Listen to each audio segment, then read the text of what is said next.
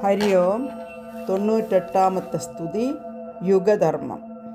ഇത് ഭാഗവതത്തിൽ 12ാമത്തെ സ്കന്ധം 3ാമത്തെ അധ്യായം 43 മുതൽ 52 വരെ ശ്ലോകങ്ങൾ. പരീക്ഷിത്ത് രാജാവ് ചോദിച്ചു, കലിബാധ അകറ്റുവാൻ എന്താണ് ഉപായം സ്വീകരിക്കേണ്ടതെന്ന് പറഞ്ഞു തരണം. യുഗങ്ങളും യുഗധർമ്മങ്ങളും കൂടി പറഞ്ഞു തരണം. സുഖബ്രഹ്മർഷി പറയുന്നത് കേൾക്കാം. ശ്രീശുക ഉവാച കലൗനരാജൻ ജഗതാം പരം ഗുരും ത്രിലോകനാഥാനതപാദപങ്കജം പ്രായേണ മർത്യാ ഭഗവന്തമച്യുതം യക്ഷന്തി പാഖണ്ഡവിഭിന്നചേതസ യന്നാമധേയം മ്രിയമാണ ആതുര പത്രൻ സ്ഖലൻ വാ വിവശോ ഗൃണൻ പുമാൻ വിമുക്തകർമാർഗള ഉത്തമാംഗതിം പ്രാപ്നോതി യക്ഷ്യന്തി നതൗ കലോ ജനാഃ പുംസാം കലികൃതാൻ ദോഷാൻ ദ്രവ്യദേശാത്മസംഭവാൻ സർവാൻ ഹരതി ചിത്തസ്ഥോ ഭഗവാൻ പുരുഷോത്തമ ശ്രുതസങ്കീർത്തിതോ ധ്യാതാ പൂജിതശ്ചാദൃതോപി വ നൃണാം ധുനോതി ഭഗവാൻ ഹൃസ്തോ ജന്മായുധാശുഭം യഥാ ഹേംനിസ്ഥിതോ വന്യൈർദുർവർണം ഹന്തി ധാതുചം ഏവമാത്മഗതോ വിഷ്ണോർയോഗിനാം അശുഭാശയം വിദ്യാതപപ്രാണനിരോധമൈത്രീ തീർത്ഥാഭിഷേകവ്രതദാനജപ്യൈഃ നാത്യന്തശുദ്ധിം ലഭത്തെ അന്തരാത്മാ യഥാ ഹൃദിസ്ഥോ ഭഗവത്യനന്തേ തസ്മാ സർവാത്മനാ രാജൻ ഹൃദിസ്ഥം കുരു കേശവം മ്രിയമാണോ ഹ്യവഹിതസ്തതോ യാസി പരാം ഗതിം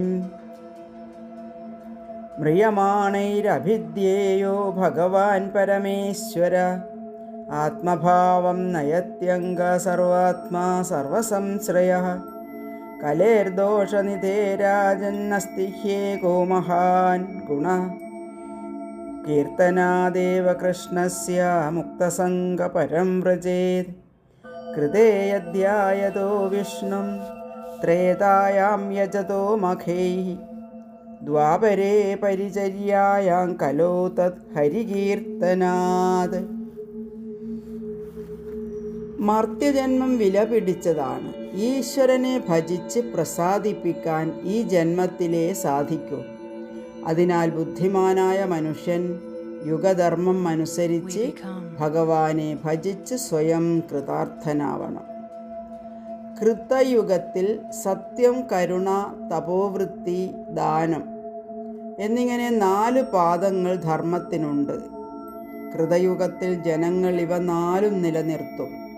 അന്ന് ജനങ്ങൾ സന്തുഷ്ടരും കൃപാലുക്കളും ശാന്തരുമായിരിക്കും. ചിത്തവും ബുദ്ധിയും പ്രകാശിക്കുന്ന കാലമാണ് കൃതയുഗം.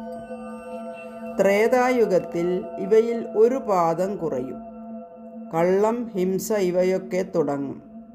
രജോവൃത്തി അധികരിക്കും. ദ്വാപരയുഗത്തിൽ ധർമ്മത്തിൻ്റെ പാദങ്ങൾ പകുതി പോകും. വേദാഭ്യാസമുള്ള ദ്വിജന്മാരും ക്ഷത്രിയരും ഉണ്ടായിരിക്കും. കീർത്തിമാന്മാരും സുശീലരും കുടുംബസ്ഥരുമായ മനുഷ്യൻ ഉണ്ടായിരിക്കും. രജസ് തമോ മിശ്രമാകുന്നു ദ്വാപരയുഗം. എന്നാൽ കലിയുഗത്തിൽ ധർമ്മത്തിൻ്റെ 1 പാദം മാത്രം ശേഷിക്കും. അധർമ്മ കാരണങ്ങൾ കൊണ്ട് അതും കുറഞ്ഞു പോകും. ലുബ്ധരും നിർദയരും ദുരാചാരരും അത്യാഗ്രഹികളും വർദ്ധിക്കും. തമോവൃദ്ധിയാൽ ജനം അധികവും ശൂദ്രരാകും. ശൂദ്രർ സന്യാസി വേഷം ധരിച്ച് ദാനം വാങ്ങി നടക്കും. ധർമ്മം എന്തെന്നറിയാത്തവൻ ഉത്തമമായ ആസനത്തിലിരുന്ന് പ്രസംഗിക്കും. നിസ്സാര കാരണത്തിന് കലഹമുണ്ടാക്കും. വൃദ്ധമാതാപിതാക്കളെ പോറ്റുകയില്ല.